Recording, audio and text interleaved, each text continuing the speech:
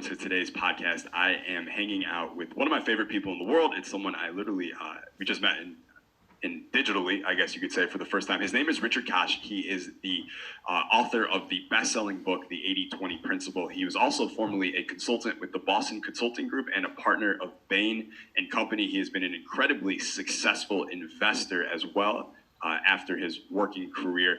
And in my opinion, one of the smartest business strategist alive today, and someone I've learned so much from, in fact, that I've purchased his books and sent them to all kinds of students and clients and friends and family members. Richard, great to be here with you today. Jason, it's great to talk to you as well, and thank you very much indeed for your very kind introduction, and also for letting me have access to all of your wonderful listeners. Hello, wonderful listeners, which is fantastic. I'm told that you have 1 million followers, and I'm deeply jealous. But anyway, despite that, it's a great pleasure talking to you. It is great to talk with you too. And, as great as having 1 million followers is, it's funny because when you go to Wells Fargo or Bank of America and you try and deposit the followers, it doesn't work as currency. So, well, I'm sure it's quite useful for all boys.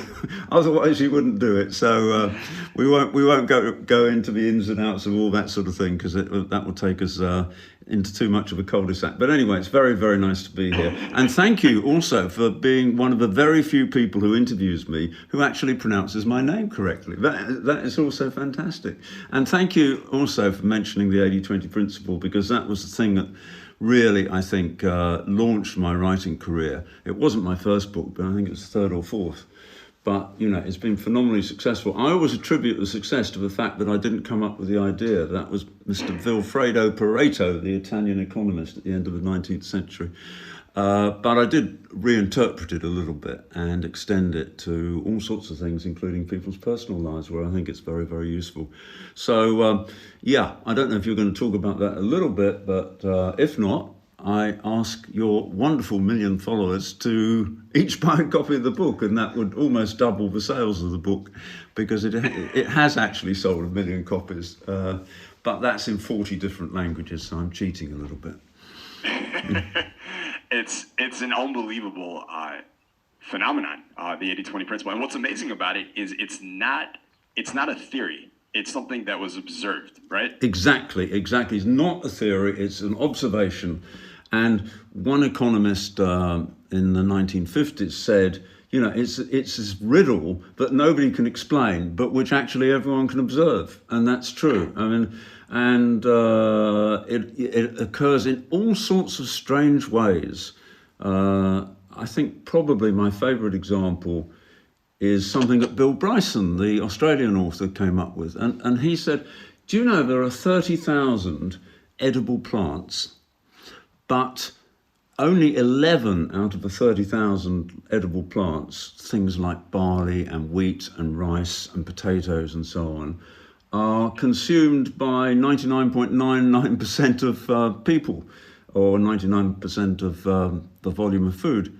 So, that is a 0.99 relationship, because to the nearest round number, that 11 out of 30,000 is zero.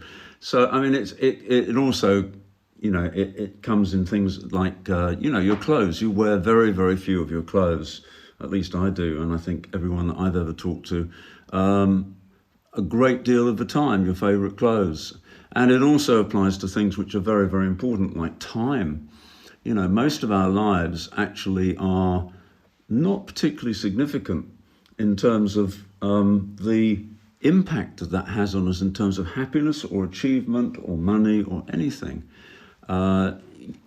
If you study anyone who's been phenomenally successful, it's usually because of a very, very small proportion of their time. They just make a breakthrough in an idea or a business or whatever. And people always say they're very short of time, and I also say I'm short of time, but it's a complete lie, because we're not short of time. What we're short of is the ability to make good use of time.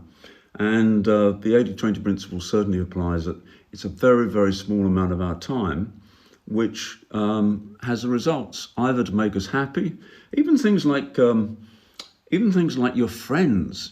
I'm always amazed that people, and I've done this myself as well, they spend time with people that they don't really want to spend time with, because they're under some kind of obligation, or maybe their spouse or partner, likes a couple or likes someone and the other party doesn't. But I mean, we end up spending time with people who are convenient. They might be neighbours or they might be employees or whatever, rather than with the people we really want to spend time with, the people who really give us happiness. So, it's a wonderful, wonderful observation which applies to so many different things. And I think it's one of the best principles or ideas that anyone's ever come up with, and it wasn't me. So when I think about 80-20, and I definitely want to talk a lot with you about how it applies to business strategy, particularly for startups. But I would love to hear, are there a couple examples of how you have applied the 80-20 principle to your life in terms of maybe your happiness or how you spend your time now? Yes, I think so. I mean, you mentioned BCG and Bain and Company, but there was also a company that I co-founded called LEK, and I spent 6 years sort of building that business up. And so I was working as a management consultant for, I suppose, about 15 years in total, for between my mid-20s and just at the end of my 30s.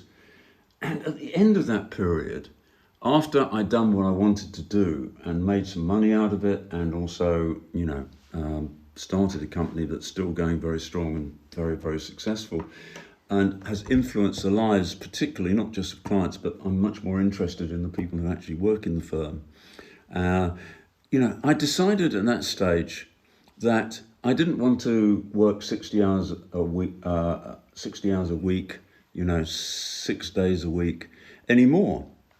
And then I said to myself, well, where do I actually want to live? What makes me happy in terms of location? Obviously, it depends on the people that you're with and friends and so on and so forth. But I suddenly realized that I was happiest when I was living in the sunshine. I mean, it's a very simple thing.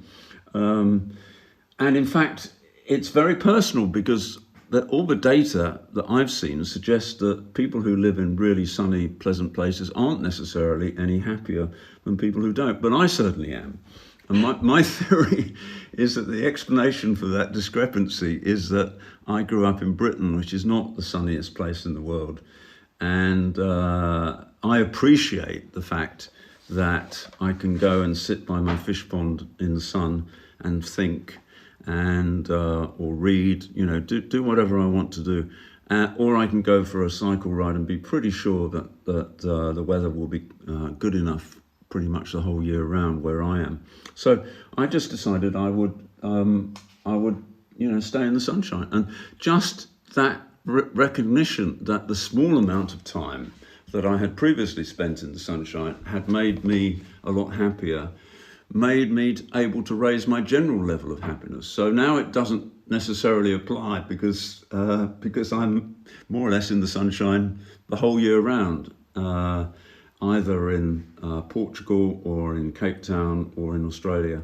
So it's not always true that the 80-20 principle applies, but you have to work jolly hard to defeat it, the way that I did. And also I also did this analysis of my friends, and I did discover, it sounds very crass and crude, but actually I took the top 20 people that I spent most of my time with, and I said to myself, actually, would I really, really be upset if I never saw some of those people again?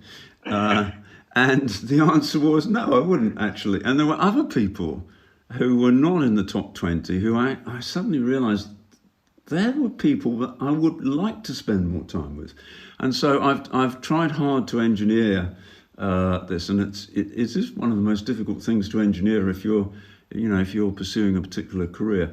But once you've got beyond that, it's very easy. And people just don't do it. I mean, I just think, happiness is the people that you enjoy seeing and talking to and having fun with every day. And, that's been my intention. And I wouldn't say I've done it 100%, but I've certainly come much closer than most people do. And I just recommend that to everyone. Spend time with the people that you really, really like, the people that you can help the most, the people who can help you the most, and the people that you are fondest of. And that will make you a lot happier. And the other thing which I also try and get people to do, but it's quite difficult. We all have things that we hate, and in fact things that actually degrade our time and make us unhappy, and they can be very simple things.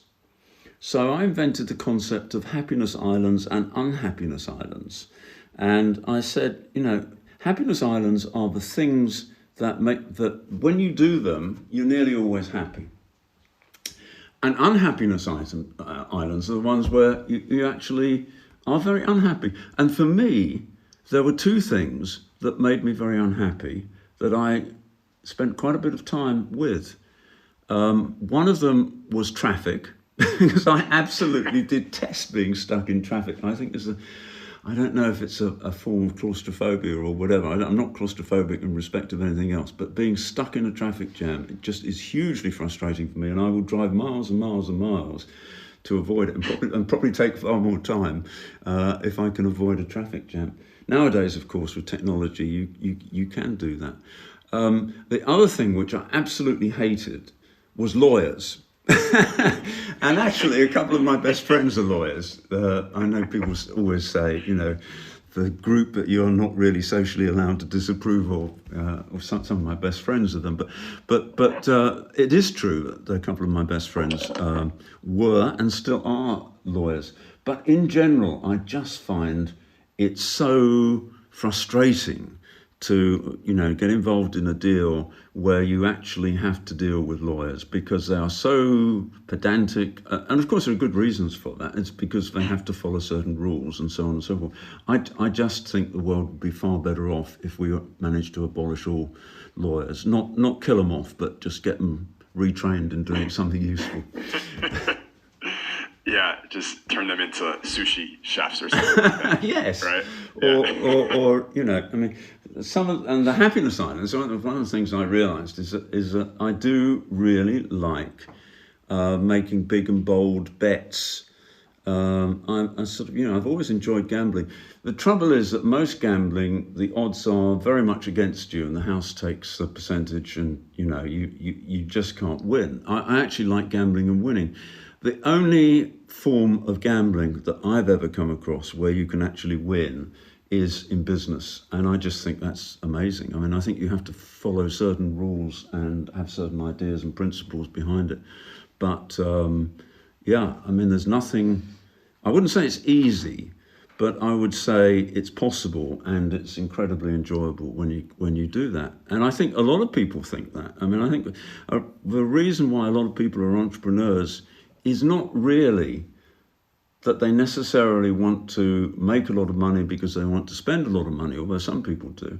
I certainly don't. I'm one of the meanest people I know in terms of not spending money. But nevertheless, it's winning, and it's the game, and it's the idea that you can actually win, where there's a lot of money at stake. And that just gives me a completely irrational and no doubt something we should probably disapprove of, pleasure. So maybe it's a vice, but it's something that I very much enjoy doing. So anyway, the basic principle which people might want to follow is just make a list of the things that you really hate, the situations that you're in that you really hate. And I always say that if you have a phobia, you dislike snakes, then for goodness sake, don't go to the zoo, and so on and so forth. It is possible to structure your life to avoid the things you really dislike and to spend a great deal more time on the things that you really like. And, many people think that's hedonistic and sort of, pleasure principle and rather superficial and all the rest of it. I don't believe that at all, because I think when people are enjoying themselves, they are more likely to be creative and to think of an idea, for example, for a great business, or think of an idea for, a great social good.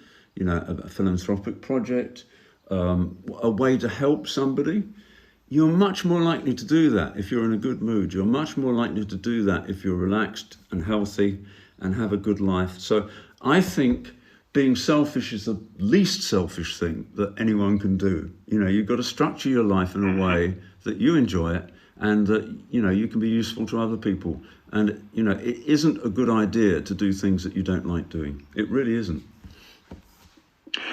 So one thing that I've noticed a lot with people when they first hear about 80-20 and, doing some of the things that you're talking about is there's this never-ending barrage of attempts from other people or other forces to get them to spend time or invest time or focus into what you would call the trivial many, right? Yeah. Like someone is trying to 80-20, they're trying to focus on the vital few things that will produce the greatest results, and yet they keep getting like a siren called back into the trivial many, whether it's text messages or emails or phone calls or people trying to, you're an employee and your boss throws a bunch of busy, meaningless work on you, etc. It's almost like there's the tyranny of the trivial that's always coming for you when you're first learning this. That's a great phrase, the tyranny of the trivial. I love that. I think that I haven't used that phrase, but I will. That's a great. Yeah, I mean, life is like that, isn't it? But you have to, and technology makes it far, far worse. I mean, my God, all the time that people spend on their digital devices, and I'm not totally without guilt myself, but I don't. When I go out, for example, I never take my phone with me unless I'm traveling on business or on pleasure for that matter. But I mean, it is very, very important to work out ways around those things, and you can. But you just have to think a little bit about it and not be a slave to other people's expectations. A lot of people think that they have to respond to emails that are sort of work related, even if they're at home, weekend, at night. You just don't have to do it. One of the great things that I discovered about 5 years ago, and you'll laugh, I hope, which is you don't have to answer emails. Even if it's someone that you know quite well, you don't have to. There's no obligation to do that. And a lot of people send me a lot of emails that I treat with what a British politician called George Brown used to call a complete ignoral. And do you ever feel guilty about that, or? No, I don't. I've trained myself not to. When I started not answering emails, I did feel quite guilty. And then I said to myself, Richard, these people have written to you. You didn't ask them to write to you. Even people that you didn't ask them to write to you. And, I computed that I spend a lot of time answering emails, which were a waste of time for me and probably a waste of time for the recipient because, I wasn't thinking, I wasn't going to say anything terribly useful if I was sort of, just doing it as a duty, an obligation, And I think we have to free ourselves from these things, not just with emails, but with a lot of things. There is a limited time that we have on this planet. We have a limited time to do things which can really help other people, be very creative, make a lot of money. Whatever you want to do, there's a limited amount of time. And as I said earlier, the problem is not really the shortage of time. The problem is that we spend so much time on things that don't matter. We spend so much time on things that don't generate good results. And if you just make it your decision to only do things that are relatively easy for you or take a relatively short amount of time or that you can do far better than anybody else, and say, I'm not going to do anything that doesn't fall into one of those buckets. And I'm not going to do anything that doesn't stand a chance, at least, of generating great results. Peter Drucker is probably the management writer outside the area of strategy, because he hadn't got a clue about business strategy, in my view. But Peter Drucker, I think, was a great management philosopher. And the one thing that he always made sure of, that the red thread that runs through everything that Peter Drucker wrote, and it didn't make it tedious because it was sort of, it was incarnated in a huge number of different things, was results. Well, the Pareto principle, the 80-20 principle, actually not only concentrates on the things that generate results, so you can actually look at a bar chart which says, you get 80% of the results from 20% of the inputs or whatever. But it also looks at the inputs. So, Drucker never sort of, caught up with Vilfredo Pareto, in my view, because results are half of the story. But the other half of the story is the pain, the angst, the anxiety, the worry, the time, the cost, the waste of other people's time, which things cost. And so, I'm constantly trying to think to myself, and it's a daily battle because life drags you away from it. What can I do today which is actually going to have great results, and I will either enjoy it or it will take a relatively small amount of my time, and preferably both of those things. So, you just run your life every day thinking, what is relatively easy or pleasurable for me to do, and what is or could generate fantastic results. And if you just have that mindset, the 80-20 mindset, then your life will be totally transformed. I'm not selling something here which doesn't work. It works fantastically well. The problem is not doing it. It's not that it can't be done.